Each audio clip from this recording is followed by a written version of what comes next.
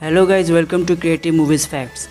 Guys, आज के इस वीडियो में हम बात करने वाले हैं व्हाट इफ के एपिसोड 1 के बारे में, जहां मैं पूरी एपिसोड का ब्रेकडाउन तो नहीं करूंगा क्योंकि बहुत लेट हो चुका है, बल्कि मेरे दिमाग में कुछ सवाल थे जिसके बारे में कुछ डिस्कशन करूंगा। तो चलिए शुरू करते हैं।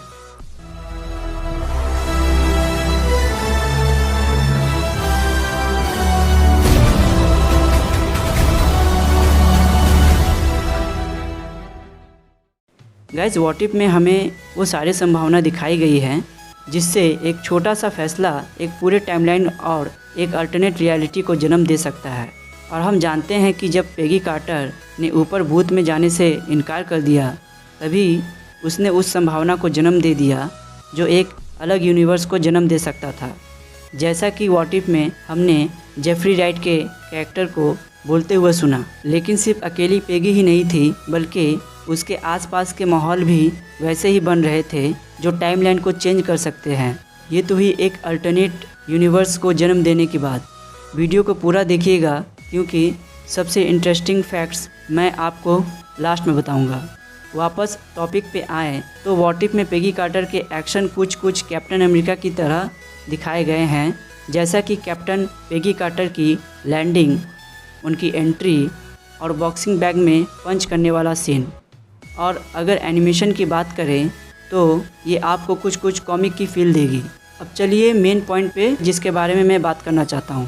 गाइस, हम सब ये तो जानते हैं कि टेसेरेक्ट क्यूब, जिसे स्पेस स्टोन कहा जाता है, वो अनलिमिटेड पावर क्रिएट कर सकता है, जिसका इस्तेमाल करके मूवी में रेड स्कल ने हाईटेक हथियार बनाए थे। और व्हाट इफ में हावर्ड स्टार्क ने टेसेरेक्ट का यूज़ करके आयरन मैन मूवी की तरह एक मार्क 1 सूट बनाया जिसका नाम वो हाइड्रा स्टॉपर रखते हैं। लेकिन हम ये भी जानते हैं कि स्पेस स्टोन का इस्तेमाल करके लोकी 2012 के टाइमलाइन में चित्तौरी सेना को स्पेस से डायरेक्ट पृथ्वी में लाता है, और थैनोस भी स्पेस स्टोन का ही इस्तेमाल करके खुद एक जगह से दूसरी जगह टेलीपोर्ट होता है। और हमारे एंटी हीरो लोकी भाई साहब भी एवेंजर्स एंड गेम में 2012 के टाइमलाइन से टेलीपोर्ट हो जाते हैं, जिसके बाद का सारा कांड हमने लोकी सीरीज में देखा है। लेकिन अब आप मुझे ये बताइए कि जब व्हाट इफ में स्पेस स्टोन से जो पोर्टल खुलता है, तो शुमागोराथ मॉन्स्टर को जब कैप्टन कार्टर उस पोर्टल में ढकेलती है, तो वो खुद वॉर्मिर की जगह सीधा 2012 की टाइमलाइन में क्यों आ जाती है, जहाँ के हमारे लोकी भाई साहब प्रकट हुए थे।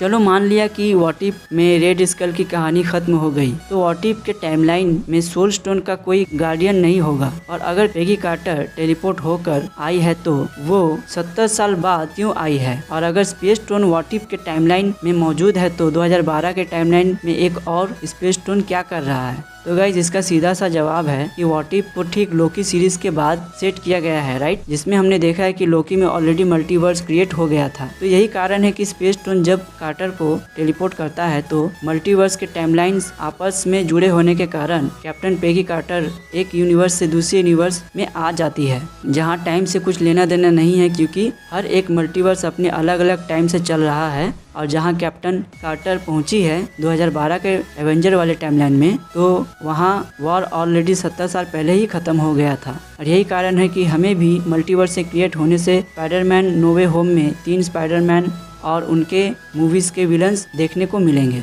तो गाइस, वीडियो कैसा लगा और क्या आपके मन में और कोई क्वेश्चन है तो मुझे कमेंट करके ज़रूर बताइए। और अगर आपको यह वीडियो पसंद आई है तो लाइक कीजिए, शेयर कीजिए और हमारे चैनल को सब्सक्राइब कीजिए।